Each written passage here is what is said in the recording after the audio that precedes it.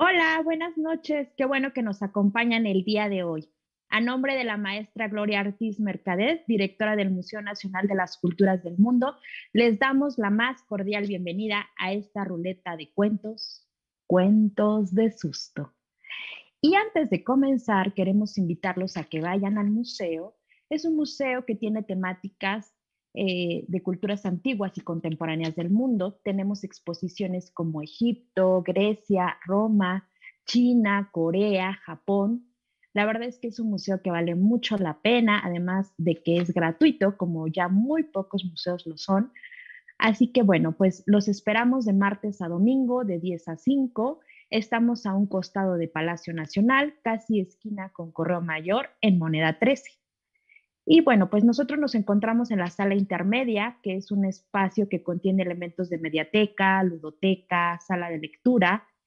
También hacemos ciclos de cine, ciclos de cuentacuentos y actividades de fomento a la lectura, como el día de mañana, que también los invitamos a las 5 de la tarde. Vamos a hacer una actividad que se llama Yatita, que es una festividad de muertos que hacen en La Paz. Así que Bolivia, así que los esperamos el día de mañana. Y bueno, pues no quisimos, ustedes dirán, ya estamos a finales de noviembre, pero creo que siempre es un buen momento para recordar a nuestros muertos, para festejar este día que es tan significativo para nuestro país. Y bueno, pues también se dicen muchos dichos y refranes en estas temporadas, así que bueno, pues para todos aquellos que están conectados el día de hoy con nosotros y para aquellos que también nos van a ver después, voy a lanzar algunos dichos y refranes a ver si ustedes complementan estas palabras.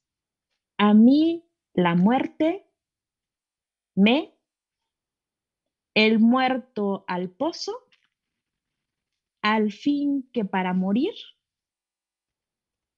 al vivo todo le falta y bueno, pues así vamos a arrancar con esta ruleta de cuentos y nuestra primer invitada es Ángeles Pacheco, pero no viene sola. Viene con unos invitados muy especiales, monarcas de Michoacán.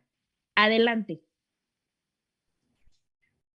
Muchas gracias, Lau. Pues sean bienvenidos a esta ruleta de cuentos de susto y nosotros empezamos así.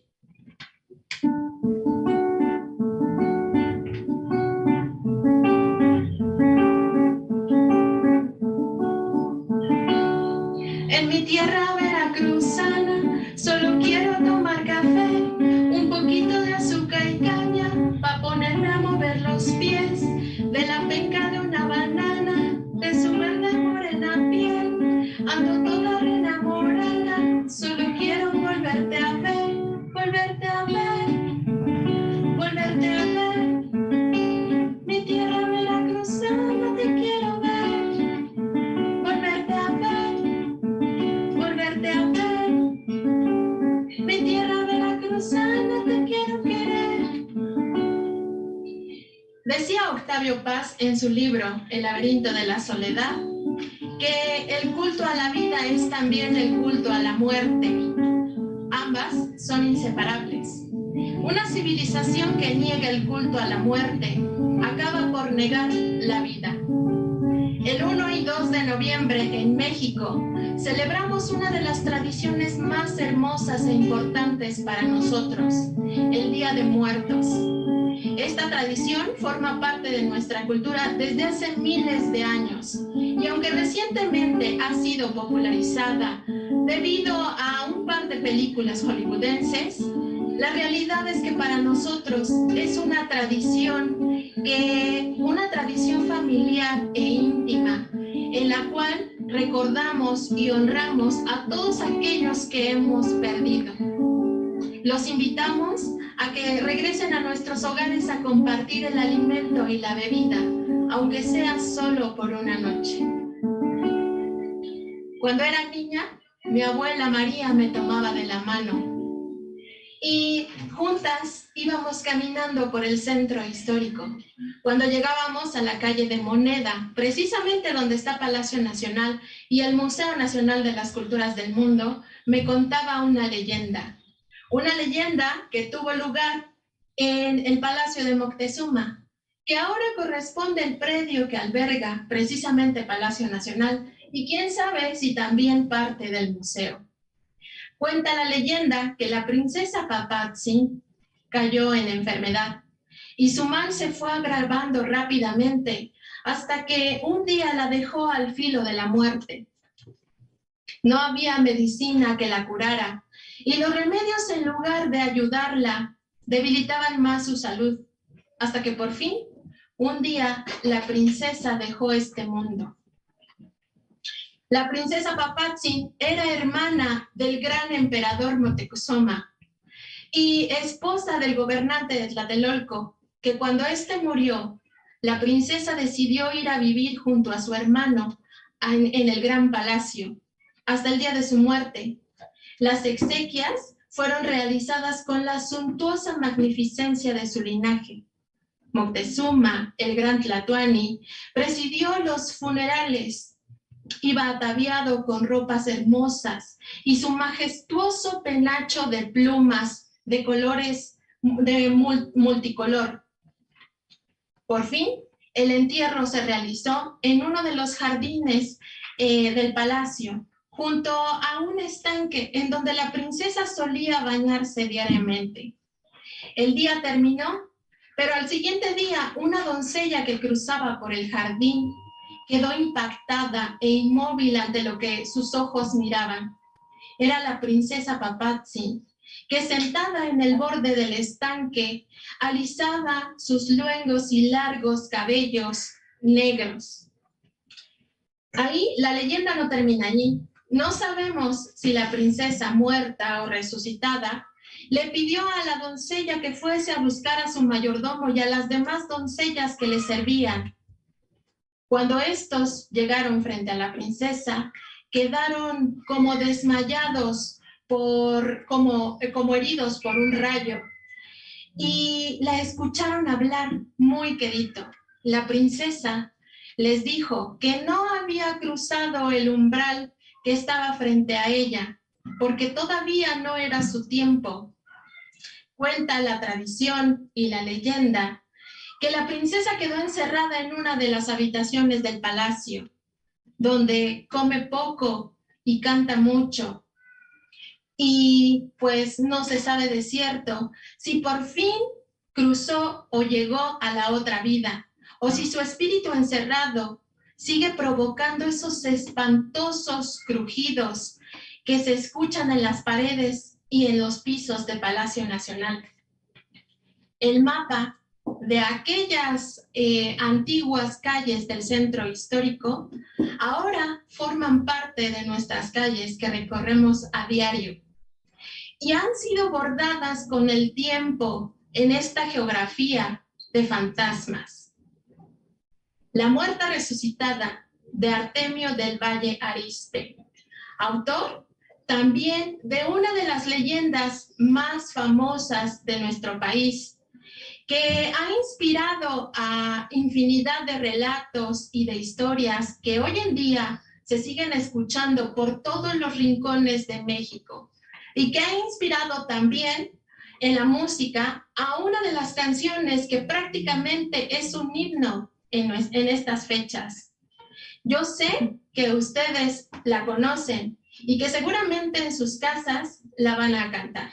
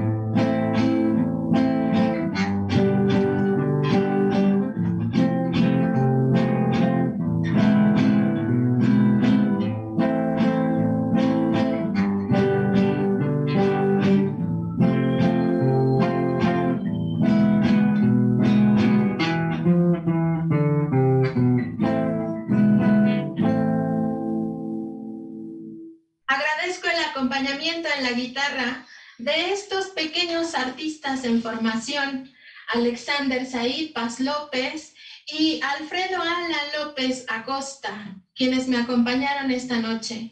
Y así, con mucho color, con luz y recordando a nuestros antepasados, así damos inicio a esta ruleta de cuentos, de sustos, que no solamente son de México, sino también del mundo. Abran sus 5 sentidos y quédense con nosotros a disfrutar.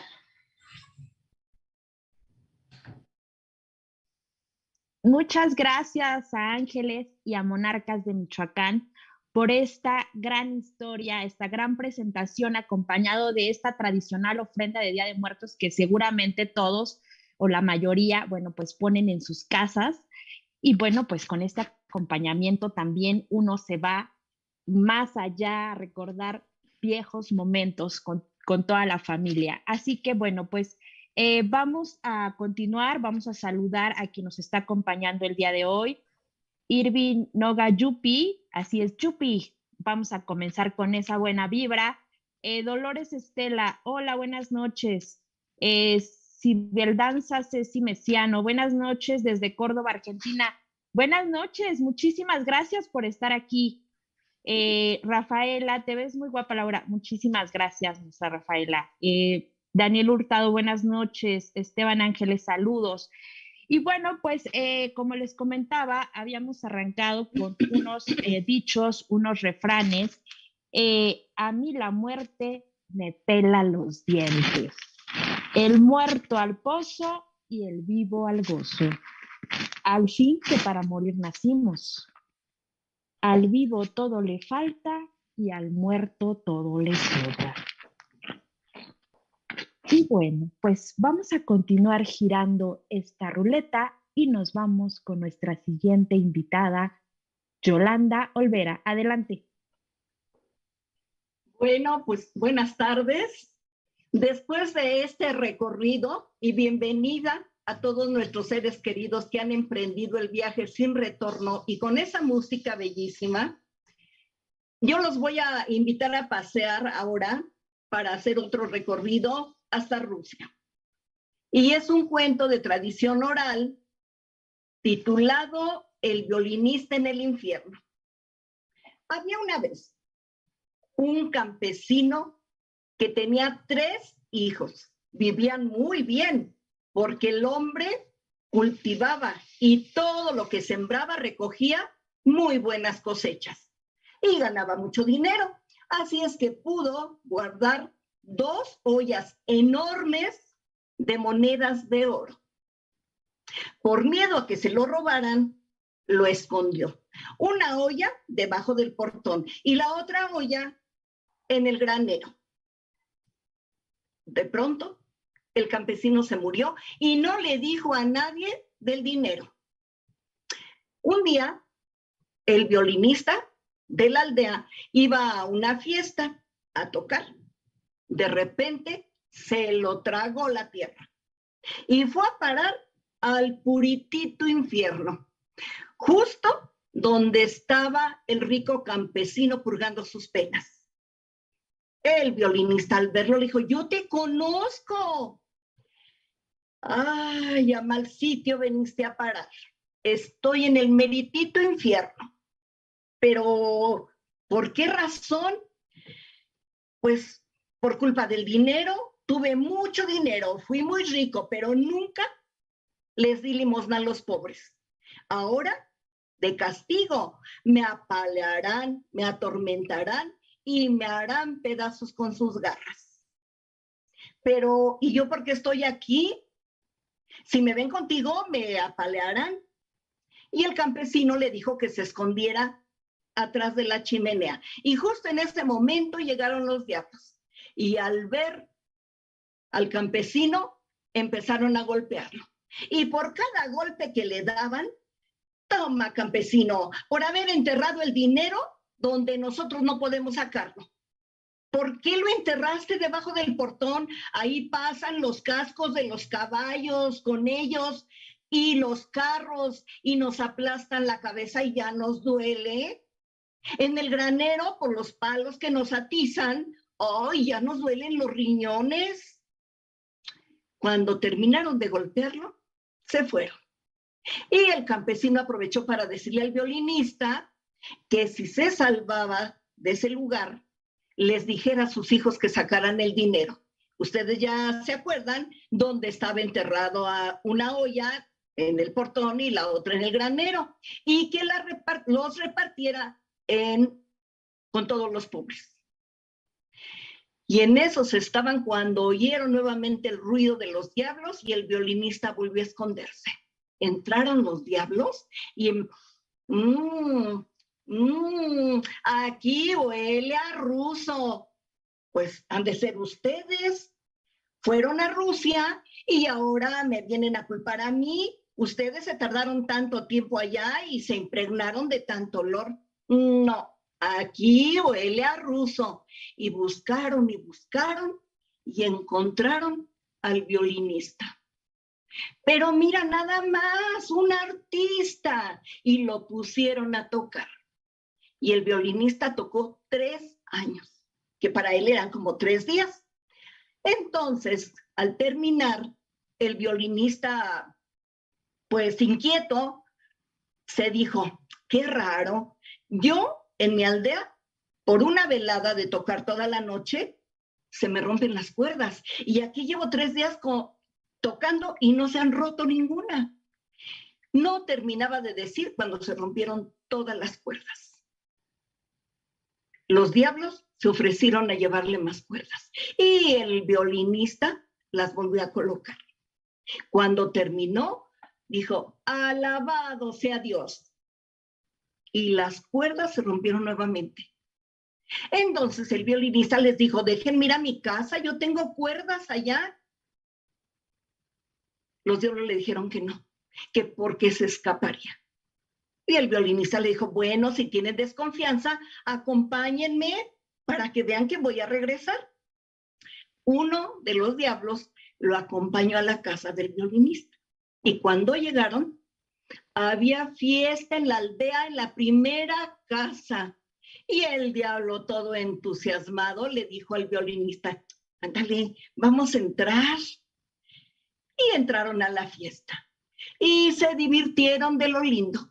Mucho rato después, el diablo le dijo al violinista, ándale, vámonos, espérate, déjame tocar en honor de los novios.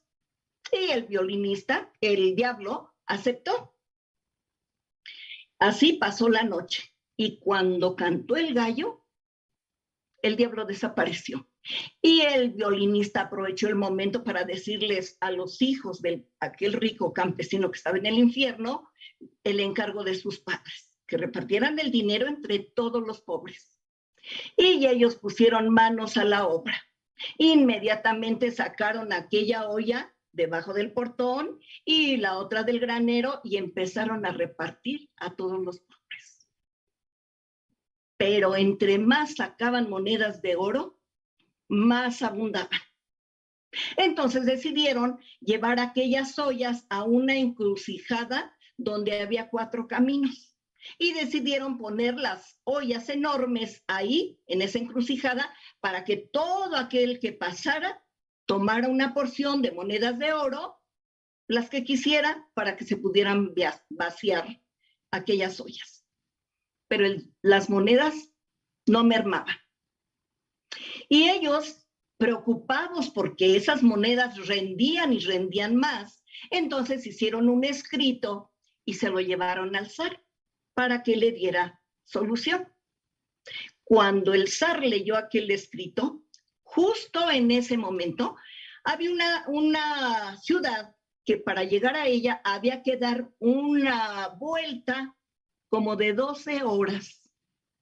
Entonces el zar aprovechó aquel dinero y mandó a hacer un puente recto para llegar a esa ciudad donde solamente se tardarían 2 horas. Un día, una muchacha joven tuvo un bebé y lo abandonó.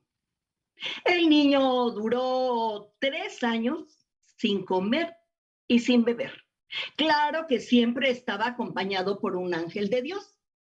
Un día, aquel niño llegó al puente porque lo iba a cruzar y cuando lo vio dijo, pero qué hermosura de puente. Dios concede el reino de los cielos a la persona que dio el dinero para construirlo. Dicen que Dios escuchó aquella súplica y mandó a sus ángeles a sacar al rico campesino del infierno. Y cuentan que es entonces cuando los hijos de aquel campesino sacaron al diablo para que ya no le siguieran atizando aquellos golpes. Y colorín colorado, este cuento se ha terminado. Muchas gracias. Muchas gracias, Yola. Y así es, bueno, pues Yola nos compartió este cuento ruso y vamos a seguir saludando a Miriam López, excelente presentación. Alfonso Osorio, buenas noches. Igualmente saludamos a Karen López, a Tere Salgado, a Moisés Lozano, Ignacio Pacheco, excelente. Muchas felicidades, muchas gracias. Qué bueno que les está gustando. Y bueno, pues también no se despeguen porque si les gustaron Monarcas de Michoacán, nos van a seguir acompañando. Así que, bueno, vamos a compartir más dichos, más refranes. No hay que cargar con el muerto. A ver a un velorio, a divertirse a un fandango. No hay remedios contra la muerte, pero la muerte en sí es un remedio. Cayendo el muerto y soltando el llanto. ¿Y qué tal esta? Se me subió el muerto. ¿A ustedes se les ha subido el muerto?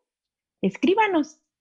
Y bueno, vamos a girar esta ruleta y vamos con nuestra siguiente invitada, María Guadalupe Rivera. Adelante. Hola, buenas noches. Yo les voy a compartir también un cuento que se llama Las brujas mellizas, por Silvia Schulger. Además de brujas, Brujeña y Brujilla eran hermanas gemelas, como dos gotas de agua, tan idénticas por fuera que a primera vista parecían una fotocopia. Pero en carácter eran el día y la noche. Brujeña era malévola, descortés y desagradable. Brujilda, al contrario, era simple, abnegada, generosa y sencilla. Brujeaban en la misma cueva, atendían a los clientes por orden de llegada, la primera para una, la segunda para la otra, y así sucesivamente. Pero cuando atendían cada una, eran muy distintas. Si a la choza llegara un paciente con empacho, Brujilda, con sus brebajes, convertía la panza de la víctima en un paraíso. Brujeña, al contrario, transformaba al indigesto en cerdo, como acto de castigo al muy dragón. Exagerada su tratamiento hasta que el cliente se quedaba reducido en característica de una bestia. Un día 13, a primera hora de la mañana, apareció en la cueva un joven hermoso, con el pelo enrulado, ojos claros y estatura de príncipe. Buenos días, dijo él, y antes de que pudiera contestar, por única vez, las dos hermanas estuvieron de acuerdo. Se enamoraron perdidamente de él. «Es mío», suspiró una de ellas. Brujilda, a quien de verdad correspondía la atención de ese cliente, «Lo siento», dijo Brujeña, y al cabo de una larga discusión abundante, se retaron a duelo las dos. De entrada, Brunhilda descargó sobre su hermana 1 kilo de polvo de estrellas que endureció su cuerpo y lo hizo piedra. Librado con hechizo de la ayuda de su escoba,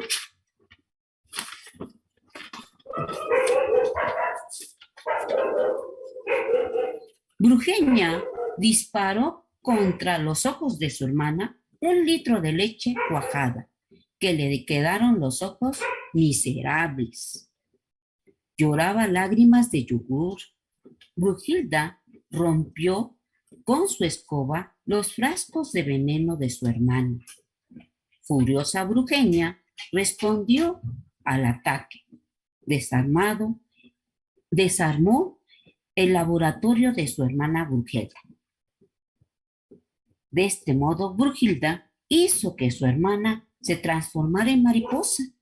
Mariposa y todo, Brugenia logró que su hermana se volviera jabalí. Brunhilda hizo desaparecer la escoba de su hermana. Brugenia consiguió que la escoba de Brunhilda se hiciera carbón en el mismo horno donde los años atrás intentaron cocinar a Hansel y Gretel. La guerra se fue tornando cada vez más fría, hasta que las hermanas se desaparecieron una a una. El joven hermoso y de estatura de príncipe no entendía qué rayos había pasado. Desde su llegada a la choza hasta en ese momento, seguro que se había convertido en una trampa. Y estar atrapado en esa cueva, nuestro héroe respiró profundamente. Ay.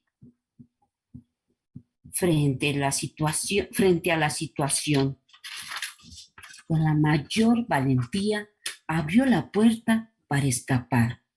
Por su parte, aburridos los hechizos y sus poderes de las brujas se disolvieron en el aire y, sin embargo, se dejaron respirar por el muchacho. Antes de que éste abandonara y corriera del lugar, quizás por eso, el que una vez fue tan joven, hermoso, y a partir de aquel día tuvo épocas de magia, belleza y otras de increíble felicidad.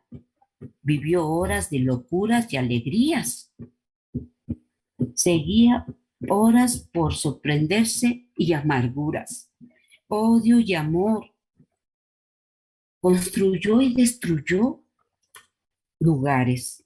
Lo cierto es que hasta el último momento de su vida, el hombre trató de entender la razón de su pena y de la lucha, el por qué y cómo nunca encontró una respuesta, dijo, y escribió esta historia de brujas por si alguien que pase por ahí lo escuche. Muy buenas noches, y con los libros de los perros y las escobas que andan barriendo, nos despedimos. Hasta pronto. Muchas gracias, Lupita. ¿Qué tal estas hermanas brujas, verdad? Y bueno, pues aquí nos mandan saludos, felicitaciones, excelente presentación, bonita entrada. También saludos a Lupita, muchas gracias. Tocan muy bien los monarcas de Michoacán. Así es, así que bueno, pues no se despeguen porque como les digo, van a regresar. Y bueno, pues voy a compartirles una leyenda asturiana. Espero que sea de su agrado. La abuela nos contaba viejas leyendas de la Santa Compaña y mamá se reía de ella y de sus historias. Papá le decía que no nos asustara con las viejas supersticiones del pueblo, que nos iba a convertir en hombres temerosos y cobardes a mis hermanos y a mí, que todo aquello eran patrañas de viejas aburridas, que lo que algunos llamaban la huestia y otros la compaña, no existía, y que aunque la muerte nos iba a llegar a todos algún día, no iba a venir primero a prevenirnos con campanillas y velas encendidas y toda una procesión de muertos acompañando a la muerte. La abuela la llamaba la estadía y contaba que iba envuelta en un hábito negro y no tenía cara. Olía a la humedad de los sepulcros y mostraba su presencia solo a quienes se iba a llevar, y solo en ese instante, pero que algunas personas especialmente sensibles podían percibirla por una brisa húmeda que entraba en la habitación del moribundo unos segundos antes de morir.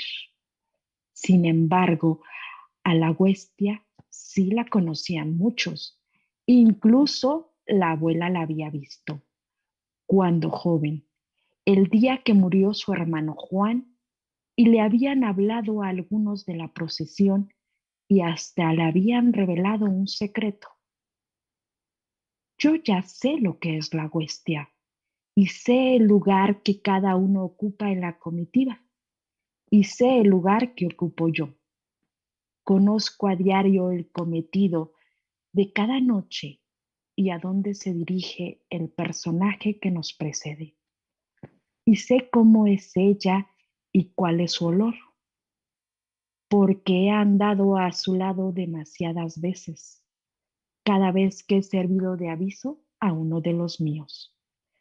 La abuela vivió tantos años solo para que supiéramos de la huestia y nunca nos olvidáramos de su existencia. Estaba destinada a devolver el recuerdo a nuestra familia que lo había perdido hacía tanto tiempo. Cada vez que en nuestra casa había duelo por un familiar, la abuela rememoraba viejas historias de aparecidos y siempre, sin excepción, decía haber visto la noche anterior a todo el coro de sus antepasados velando en las cercanías por el alma del moribundo. Cuando la abuela murió, ya nadie habló de la huestia, y aunque al año siguiente le siguió la tata Mamen y después el tío Luis, nadie volvió a recordar aquel secreto que nos contó ella tantas veces y que debía permanecer vivo en nuestra familia y recordado por todos y creído para que algún día dejara de obrar la condena que rige el destino de toda mi estirpe, que cada mujer de la familia ha de penar el castigo de sobrevivir al menos a uno de sus hijos, como escarmiento por una antigua ofensa de un antepasado demasiado soberbio.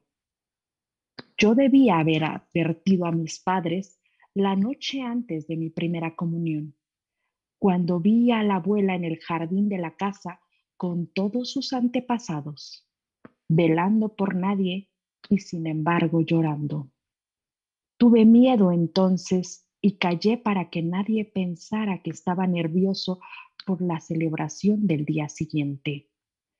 Nada dije entonces de lo que había visto y nadie pudo saber que mi muerte estaba destinada a servir de recordatorio de la vieja condena que pesa aún sobre las madres de mi familia. Todo el pueblo celebró aquel día junto al río, una enorme merienda para festejar la comunión de todos los niños. Había de todo y cuando ya nos habíamos saciado, nos metimos en el agua y comenzamos a echar carreras de una orilla a la otra para comprobar nuestra resistencia. Ocurrió a mitad de camino de las dos orillas. Se me enfriaron los pies y me quedé sin fuerzas y allí parado. Los brazos no me respondieron y noté un frío extraño en todo el cuerpo. Me fui hundiendo poco a poco y allí en el fondo me esperaba ella, sin rostro como siempre la he visto y sin embargo tan acogedora. Me encontraron a los 3 días, inflado como un globo, y me enterraron en el panteón familiar junto a la abuela, a quien acompaño con mi vela encendida cada noche, hace ya tantos años, cuando hacemos la ronda que avisa al mundo de que alguien va a morir, y algunas veces son los míos. He sabido que la hija de mi hermana está enferma y que los médicos que la han visitado no dan con su mal.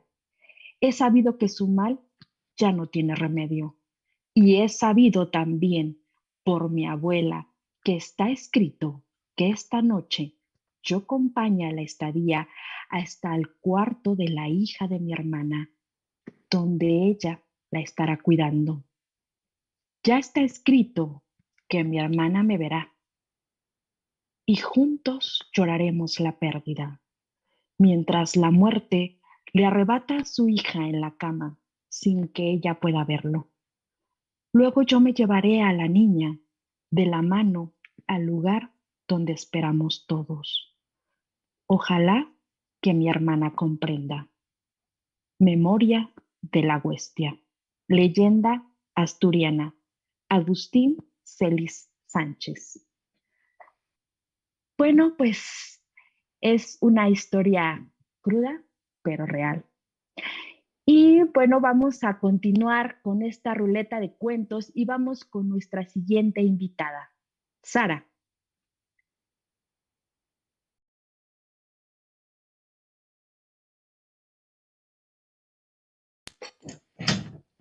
Hola, buenas noches a todos. Espero que se encuentren muy bien. Yo les voy a contar la historia de Malvina. Bueno, al final se van a dar cuenta de quién es. Es un cuento de hadas. Malvina era la hija menor de una familia de varones. Su padre estaba encantado de tener por fin a una niña en su familia y la había deseado mucho por mucho tiempo. La pequeña heredó la increíble belleza de su madre y una marca en la mejilla. Su padre estaba tan orgulloso de su princesita que le regaló un espejo majestuoso que reflejaba una imagen perfecta. Mira qué guapa eres, mija. Eres la más hermosa de todas las mujeres. Pero su madre estaba celosa de aquel amor infinito de entre padre e hija. Entre ella, su marido y su marido estaban dispuestos a acabar con su matrimonio y tenían cada vez más peleas más violentas. Una noche, tras un banquete, el padre de Malvina cayó enfermo y murió esa misma madrugada.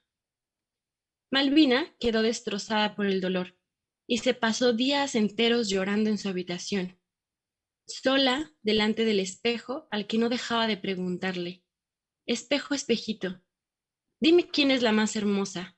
Responde, espejito. Eres muy hermosa, Malvina, pero tu madre, como no tiene esa marca en la mejilla, es más hermosa que tú. Aquella revelación disipó su pena. Con fría determinación, murmuró entre dientes y contemplando su reflejo: yo seré la más hermosa, yo seré la más hermosa.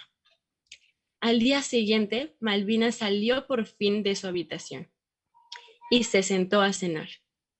Por la noche, su madre enfermó y murió al amanecer. Los años siguientes, Malvina fue eliminando una a todas las jóvenes hermosas que el espejo le anunciaba. Cecilia, Lucrecia, François y Ara tuvieron trágicos finales. Cuando estuvo segura de su belleza, se casó con un rey que acababa de enviudar. El rey tenía una hija de piel tan blanca como la nieve y los labios tan rojos como la escarlata y el cabello negro como el ébano. A medida que crecía, aumentaba su radiante belleza, hasta que el espejo anunció a Malvina que aquella joven la superaba en hermosura. Los primeros intentos de la reina para deshacerse discretamente de su hijastra fracasaron terriblemente. y la joven princesa se refugió en el bosque, en una cabaña, una pequeña cabaña de 7 enanitos mineros, que eran casi del tamaño de unos niños. Pero a Malvina se le ocurrió una idea. Preparó un veneno infalible en el que bañó una manzana roja, de aspecto irresistible. Luego se disfrazó de anciana vendedora y se fue a ofrecerle a Blancanieves la fruta envenenada. Al primer mordisco, el corazón de la pobre muchacha dejó de latir. La vida de Malvina siguió su curso. Iba matando mujeres que osaban desafiar su belleza, pero un día en que acudía a la boda de una de ellas, llevando una rosa envenenada en la mano, se llevó una enorme sorpresa al darse cuenta de que la novia no era otra que su hijastra, a la que tanto le había costado matar. La vanidosa reina, colérica, apretó con el puño el tallo de la flor y se pinchó con sus espinas. Murió en el acto a causa de su propio veneno. Pues esta es la historia del surgimiento de la madrastra de Blancanieves. Como ven, o sea, en el nombre venía la maldad de esta reina. También en este cuento no solamente nos dejan ahí, sino que nos dicen cómo es que conseguía este veneno. Y viene de una ranita que se llama Dentro Bastes. En ella, Malvina quitaba el veneno que era como la capita de baba que tenía sobre la ranita y la utilizaba para así matar a las princesas que eran más bellas que ella. ¿Qué tal? ¿Qué les pareció el cuento? Bueno, esa es mi participación. Que se la sigan pasando muy bien. Bye. Muchas gracias, Sara. Y bueno, pues qué fuerte leyenda, sí, está muy, muy fuerte. Wow, pone a volar mi imaginación. Muy bien, gracias. Eso es el objetivo. Estuvo bien cómo tocaron las guitarras, todas las presentaciones muy buenas. Queremos seguir viendo a los monarcas de Michoacán. Claro que sí, ya vamos para allá. Gracias por esta noche de lectura y mucha imaginación. Gracias a ustedes por acompañarnos, a todos los que se conectaron y a los que nos van a ver. Muchísimas gracias. Y bueno, voy a decirles más dichos. El muerto a la sepultura, el vivo a la travesura. El muerto y el arrimado a los 3 días apestan. El que por su gusto muere, hasta la muerte le sabe. Entre todos lo mataron y él solito se murió. Las penas no matan, pero ayudan a morir. Y bueno, pues con esto y ahorita la sorpresa, vamos a concluir esta ruleta, pero antes quiero invitarlos, ya estamos cerrando el año, el próximo fin de semana, el día viernes, vamos a estarles contando cuentos de invierno y de Navidad, así que bueno, pues ojalá que nos acompañen. Y el sábado, que es aniversario del museo, vamos a estar contando historias de Kamishibai por el mundo, así que no se lo pierdan, va a estar muy, muy, muy padre. Y así es como vamos a cerrar estas ruletas de cuentos pues de este año que estuvimos presentando, así que ojalá que nos puedan acompañar. Mañana nuestra actividad de fomento también, no se la pierdan. Y bueno, pues no me queda más que agradecerles a todas mis compañeras que participaron y también, bueno, a Monarcas de Michoacán, que trae porra y que también dicen que no sea la primera y última vez que está con nosotros. No lo creo. Van a continuar seguramente. Y bueno, pues muchísimas gracias por acompañarnos y los dejo con Monarcas de Michoacán. Adelante.